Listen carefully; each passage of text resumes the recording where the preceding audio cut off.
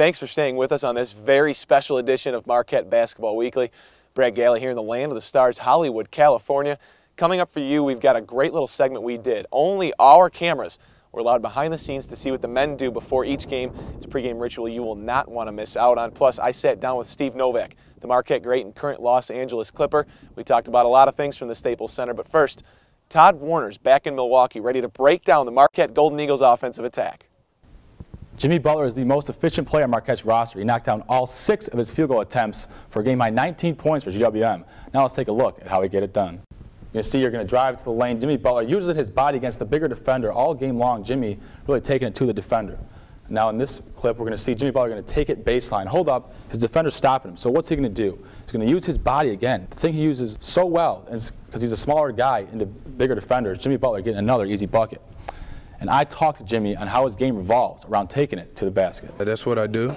So, I mean, I'm not going to get away from what I do, and I think that's what I'm best at.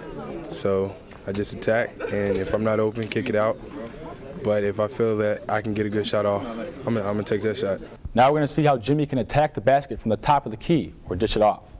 As you can see here, Jimmy Butler going to take it, freeze frame it. This defender right here, Jimmy can't go at him. He's going to take the charge. He's not going to shoot the teardrop, but he's going to come, get away from the defender, use his body again, using the left hand, ambidextrous out there, Jimmy Butler.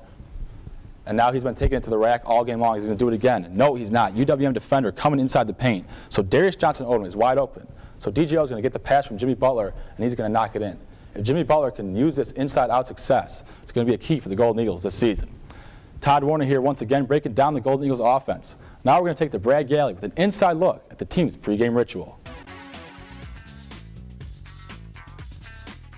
One of the most watched videos on MUTVSports.com is last year's pregame huddle featuring the Golden Eagles singing Jay-Z's hit, Ain't No Love.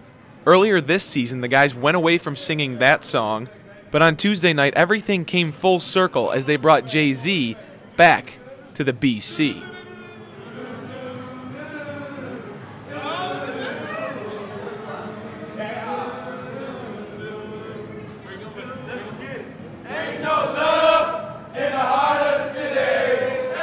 We just felt like we needed to really get back in rhythm and get back to what we know, so we decided to just do our little throwback chant we do before the games. Get back to the basics, you know. You weren't even here. What are you talking about? Back to the basics, baby. No, he was not here whenever we, back to the basics. He just got here this year. The basics. Jimmy Butler wasn't the only one to criticize some of his younger teammates for not knowing the lyrics to the old favorite. Joe Fultz told me that Junior Cadogan and Darius Johnson-Odom looked up with blank faces when they made the return to the old favorite. When I asked Maurice Acker about getting back to the basics, things got a little out of hand, which usually happens when you put Lazar Hayward and Jimmy Butler in the same room. To the basics, you know. Get back to the what? The basics. Zar, we didn't got him on camera, y'all. The Zara, basics.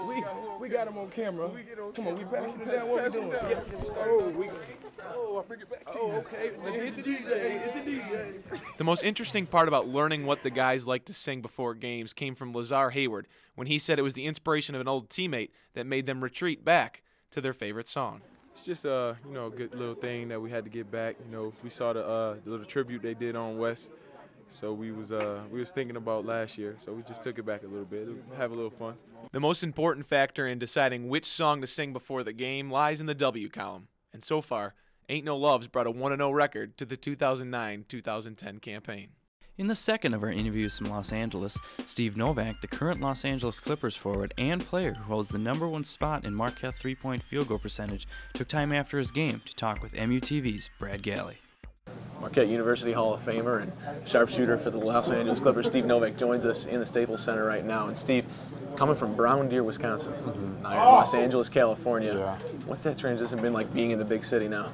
It's definitely a big change. Definitely. I mean, from growing up in the snow and Brown Deer, Wisconsin, to moving out here by all the beaches, it's definitely, I would have to say, a nice change. Yeah. Love home, love going back, but there's no doubt the beaches are nice and not as many bugs. The sun is out a lot more, so that part of it I really enjoyed. Now you did get to go back. Obviously, you do a lot, and you got to go back for the Hall of Fame ceremony when you were inducted this past summer. Yeah. I'm sure when that was announced, you were excited, but the event itself, how gratifying, how cool was that to be a part of that? It was awesome. I mean, just that, remembering that Final Four run and that whole team bringing it back together. We're you know, a very close group. Obviously, when you go through something like that together, you become very close. But that was really just such a special group at Marquette, and I think in all of our hearts. You know, I have so many, you know, friends from that team and guys that I truly consider family. So, you know, to be able to go back and to be honored at Marquette like that was such a cool thing. And you know, Marquette is like home to me, like home to all of us, and that was just so much fun to go back and to be honored at a dinner like that. It was very nice. Do you keep in touch with most of those guys outside of events like that? Pretty well, and Coach Green as well? Yeah, for sure. I went and visited Coach this summer in Indiana, even though I would have loved to come visit him back in Marquette. Yeah. You know, that's the way things go. And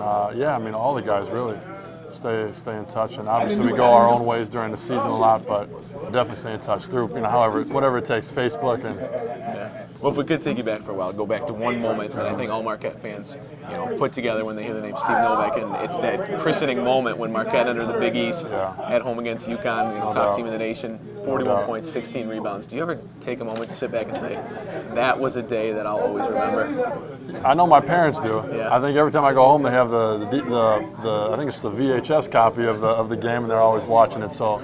It's really fun. I mean, it definitely for me was a huge game for Marquette. It was a huge game for our season at the time. Was a huge game, and you know, it was just another game that we prepared the same way for, and it sure ended up going our way. And that team was you know, a really special team too. Guys like, you know, Dominique and Wes and Jarrell, things they're doing now, and you know, those guys just did such a good job of getting me the ball and putting me in good situations that year, and that day it definitely went our way.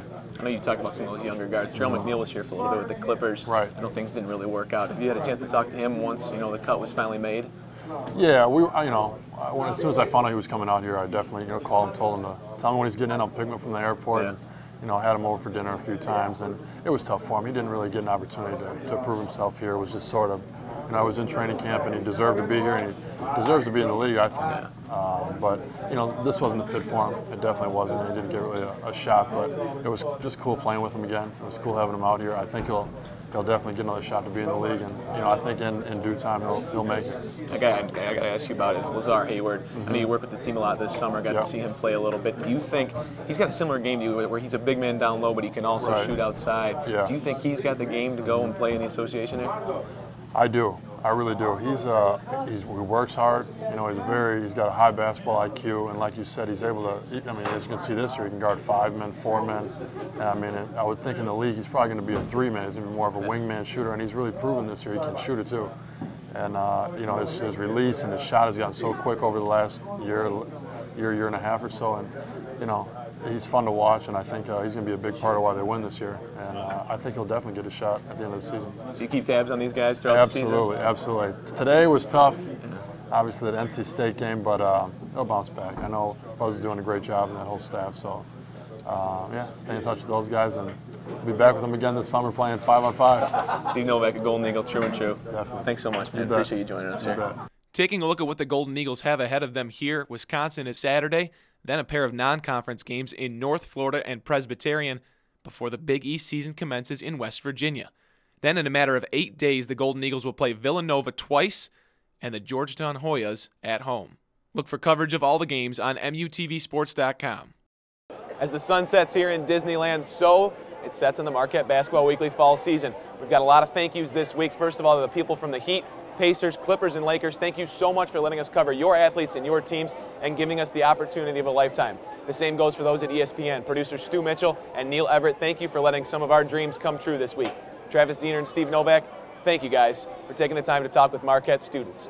To my California compadre, Chris Galki, what a time we had out here, my friend, giving the Marquette basketball fans what you guys want most out there, the coverage of your team, your players, and everything that has to do with Golden Eagle basketball. We're off until January, but until next time, Merry Christmas, Happy New Year, and Happy Holidays.